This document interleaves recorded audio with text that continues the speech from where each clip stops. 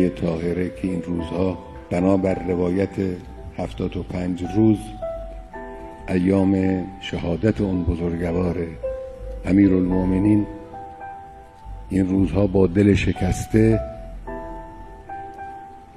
با سینه پر از غم، با عزیزه خود وداع می کند.